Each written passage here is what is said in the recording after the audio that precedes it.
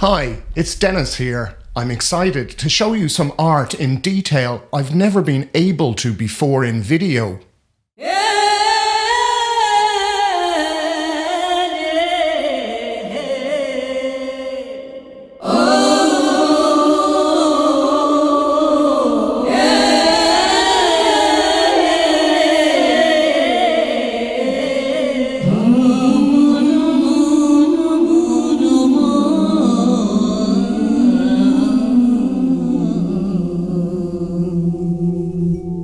The subtleties of works like this have taken me many years to develop. To effectively photograph them has similarly been a process of continual development. Watch me reveal some of my technical processes. I'll also discuss how my ideas originated. I made some art loosely based on the webs of burrowing spiders, or funnel webs.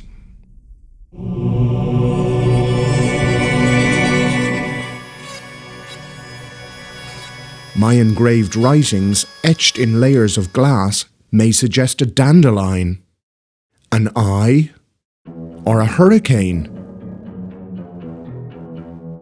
They have even represented an ovum sperm conception and a virus cell.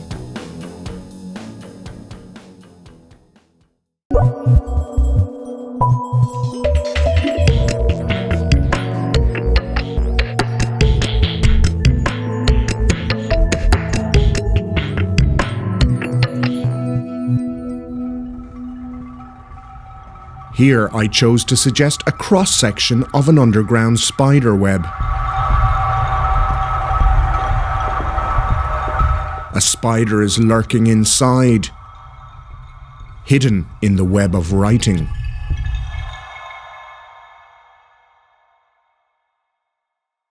I made these works of several spaced sheets of glass. The writing builds into a 3D texture.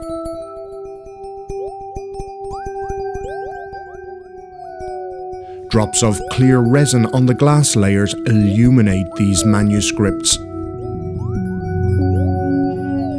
by reflecting the spotlights, just as ancient illuminated manuscripts are named for the reflections from gilding that catch the light when turning a page.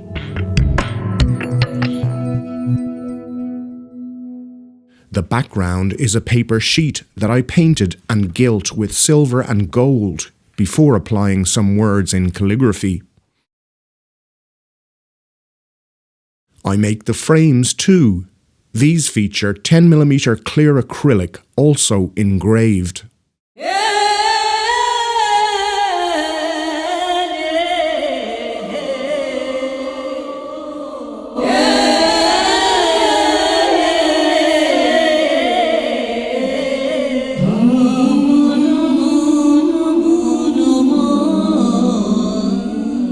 Against black, the engraving is clear to see, but on a white wall, shadows from the spotlights may be more prominent than the engraved lines. A more subtle effect. People often ask me, where do you get your ideas? Well, in this case, I thought my engraved writings could form something like a spider web, but made of words. Calligraphy is a visual art, but for me there is also creative potential with the semantics of the text presentation. How can I be creative with my own communication in combination with, or even beyond, those of the texts that I present? I asked myself, what is the meaning of a web of words? There are tales from various cultures of the spider spinning stories via its woven web, even as the giver of language. Now we have the World Wide Web, a network of hypertext named for the spider network. Hypertext is a system of cross-referencing information by the use of links. Before the World Wide Web, that was text references to other texts. Some notes by ancient scribes penned in the margins of manuscripts are hypertext. They quote or point to another text. A hypertext is symbolically appealing to any artist using writing. The former purposes for calligraphy have been eroded by desktop publishing with infinite fonts available. Ironically, everyday handwriting is no longer seen every day, since email is a far more efficient means of textual communication. Dull handwriting and serene calligraphy both seem almost antonyms of a hypertext. So what text could I write in these webs? I thought of James Joyce, whose literature is often an intricate web of text. His last masterpiece, Finnegan's Wake, finishes with a link back to its beginning. The opening line is repeated at the end to generate a never-ending cycle. Away, alone, alast, aloved, along the river run, past Eve and Adams, from swerve of shore to bend of bay, brings us by a commodious vicus of recirculation back to Howth Castle and environs. I imagined Joyce as a word weaver, like a spider, a webmaster, a veteran of hypertext before the World Wide Web was spun. Finnegan's Wake features 10 words sounding thunder that are 100 letters long. Actually, the last has 101 letters. The symmetry of 101 is another example of recirculation, bringing the total character count of all 10 thunderwords to 1001, similarly symmetric, the end cycling back to the beginning again. I decided to use 3 of his thunderwords for the top sheet of glass in these works. The writings underneath are illegible, ironically obscured by their own abundance. They are also from Finnegan's Wake. This one reads, Bababadao, Gara, Takam, Mineron, Conbron, Tonner, Ron Tuan, Thuntro, Varhaunon, Scon, Tu, The thunderwords express sounds that represent the symbolic thunderclap associated with the fall of Adam and Eve, or the deadly fall off the off-wall of Finnegan in the Wake. The golden work features the final thunderword, the last word of perfect language.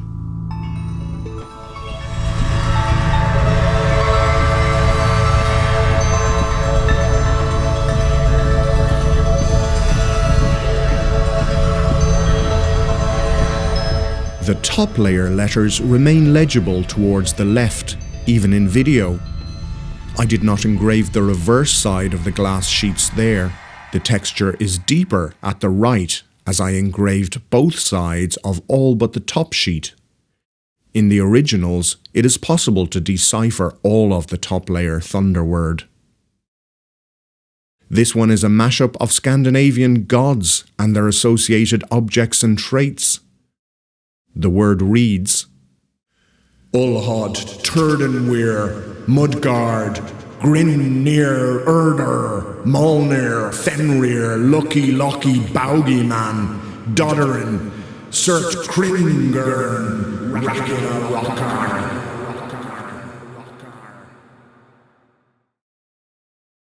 This work does not hide a spider as the other two do. Perhaps my works are hypertext, with their links to spider webs. They also reference stories of webs, the World Wide Web, and the literature of James Joyce. The conceptual aspect is a 4th dimension to the 3D layered writings. They may communicate despite the illegibility of the quoted text.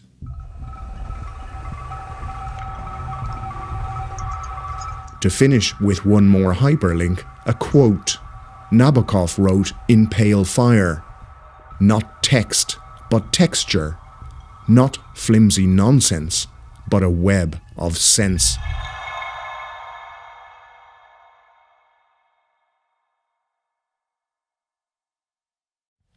I hope you enjoyed my perspective, or at least the visuals. Please drop a comment if you've any impressions or questions. I don't like begging for likes and subscriptions, but they do help other people find my videos. So in true YouTube fashion, I'll finish with a picture of a cat resting on my handwritten correspondence.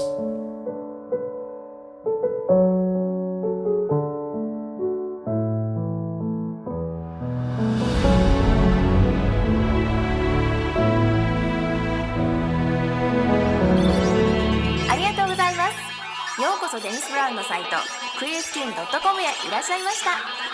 どうぞ楽しんでください。